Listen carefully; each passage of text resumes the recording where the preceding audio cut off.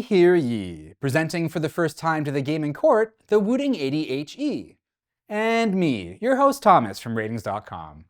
This keyboard follows in the footsteps of its older sibling, the Wooting 60HE, which is widely considered to be the crown prince of gaming keyboards in the last few years. The 80HE has upgraded internals, a higher 8000 Hz polling rate, a new gasket mount design, and a slightly unusual layout. Do these differences make the Wooting 80HE a dynasty-worthy successor?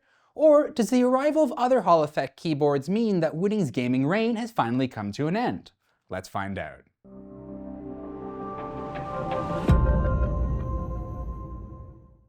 It comes in several configurations. We bought the more premium zinc alloy case, but there's also a less expensive plastic case option. We'll talk about how this affects build quality and typing noise later. The layout is a blend between a typical compact 75% and a TKL. This means that it has a slightly different set of navigation keys on the right side compared to more standard layouts. Not a big deal for most people, but it's worth taking a closer look if you use those keys a lot. Build quality is outstanding here. The zinc alloy case is very heavy and premium feeling. Feedback from the community about the plastic case is great as well. While we haven't seen reports of any major issues with either, there were some early QC issues with a white zinc colorway that Wooting is now reworking. The keycaps are made of high-quality double-shot PBT plastic. They have a nice textured finish, so they aren't slippery. The switches are pre-lubed from the factory. There's almost no stabilizer rattle on our unit, apart from the right shift, which can easily be fixed by some relubing.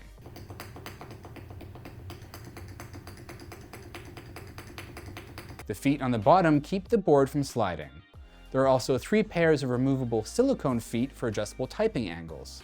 Just note, these feet don't lock in place very tightly and tend to get knocked out if you move your board a lot. The 80HE offers a lot of hardware customizability.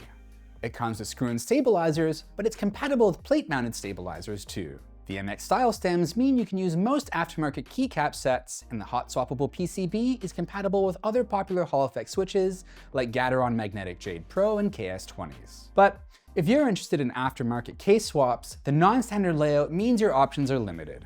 A few third-party cases have started to appear for the 80HE, but it remains to be seen how many will hit the market. The shine-through legends are easy to read with minimal obstructions. The backlighting is also quite bright at max brightness, and the white-only backlighting is close to pure white. Unfortunately, the unit we tested has a malfunctioning LED on the tilde key which only displays blue lighting. There are reports of this issue online, but they're sparse and it really isn't any reason to avoid the keyboard. Most of the extra features here, like media and backlighting shortcuts, are standard for gaming keyboards, but let's take a quick look at the right side of the board again. One of the other elements that makes this layout unique is the LED bar above the arrow keys. You can customize this light bar using the software to display information like your typing speed, your key press depth, or when your caps lock is enabled. Speaking of software, a lot of what makes or breaks a good Hall effect board comes down to the software, since it's responsible for handling all of your switch and performance settings. Wooting's aptly named Wootilty Software is often hailed as some of the best in the industry, and we'd have to agree here. The software is available as a web-based client or as a standalone app. While it offers a lot of options, it's intuitive and well organized. There's a treasure trove of actuation and performance settings available that can provide a meaningful advantage in games like FPS or rhythm titles. Rapid trigger is the big one. Instead of having fixed actuation and reset points along your keystroke, it gives you the option of adjusting these points dynamically. This allows for faster follow-up inputs, which can give you a leg up in scenarios like counter-strafing and FPS games. More exotic options include the ability to prioritize pairs of keys based on press depth, or to assign multiple actions to a single key press. You can even set keys to register gradual analog input, like a game controller. We don't want to get too tangled up in software settings for this video. At the end of the day, the quality of the software is one of the major reasons why Wooting has gained such a following. They've also demonstrated a commitment to long-standing software support over time, even with much older products. The typing quality is excellent and feels premium. The gasket mount design has an ever so slightly cushioned feel, but it's noticeably stiffer than most gasket mounts. Although this is likely an intentional design choice from Wooting, since softer gasket mount designs can affect the accuracy of the actuation settings. Stabilizer performance is great overall, apart from the minor rattle we mentioned earlier. There's also some minor key wobble, which is expected behavior for Hall effect switches, and it isn't too noticeable when gaming or typing normally. The 80HE has a more premium sound profile compared to the 60HE. With the zinc alloy case, it sounds clackier and higher pitched. It's all personal preference at the end, but many are reporting they appreciate the deeper, thockier sound of the plastic case better.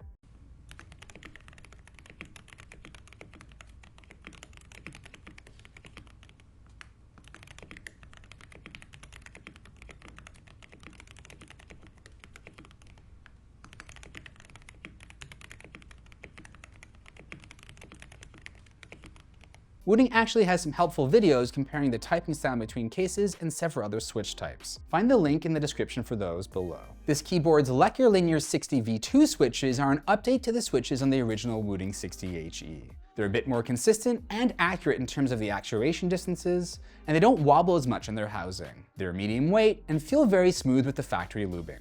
Heads up, if you prefer a lighter alternative, Wooting sells Linear 45 switches on their site. Predictably, for a keyboard with a reputation for high-performance gaming, latency is exceptional. Not much more context we need to add here. This kind of latency result is about as good as it gets, and it's as good as we've tested to date. It's all gravy for data transmission as well. The 8000 Hz polling implementation is top-notch. With tachyon mode enabled in the software, the keyboard scan rate is locked to 8000 Hz, so it doesn't act as a bottleneck, which is often a weakness of other gaming keyboards that advertise 8K polling. Lastly, if you're into rhythm gaming, you'll be very happy to see the low 4 and 8 chord split delay. And that brings us to our verdict.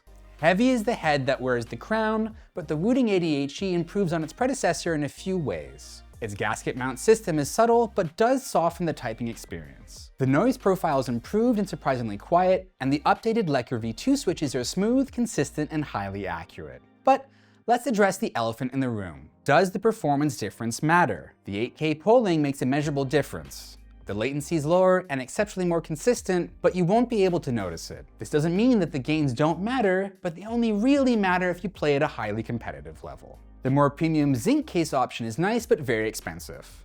Unless you really like the aesthetic, we'd recommend the plastic case for most people. Also of note, Wooting offers an industry-leading 4-year warranty on the keyboard and 2 years on the backlighting, far longer than other major gaming brand competitors. Ultimately, we recommend this keyboard. We often shy away from blanket statements, but this is the best enthusiast gaming keyboard currently available. But there are a few other Hall effect alternatives with different feature sets, sizes, and price points you may also want to consider. The original Wooting 80HE remains a great option if you want a smaller footprint or need better aftermarket case compatibility. Performance differences are negligible, so don't let that be the only factor to sway you. If you'd prefer wireless connectivity or a full-size layout, the Keychron Q1HE is worth a look. It has an aluminum case, but noticeably softer double gasket mount system. The downside, the software isn't as polished and it can't match the Wooting's raw performance, especially in wireless mode. Finally, if all of these seem a little too expensive, check out the Newfie Field 75HE. Its design won't appeal to everyone, but its performance is nearly on par with the Wooting. The overall build quality and typing experience are also excellent,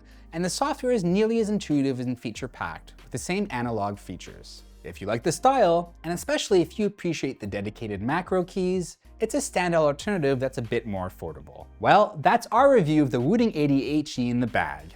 If you're interested in learning more, specifically about some of the more exotic software features and the difference between Rappy Snappy, Snappy Tappy, and more, check out our written review. The link is in the description below. Until next time, I'm Thomas from RTINGS.com, where we help you find the best product for your needs. Well, that's our review of the Wooting HE.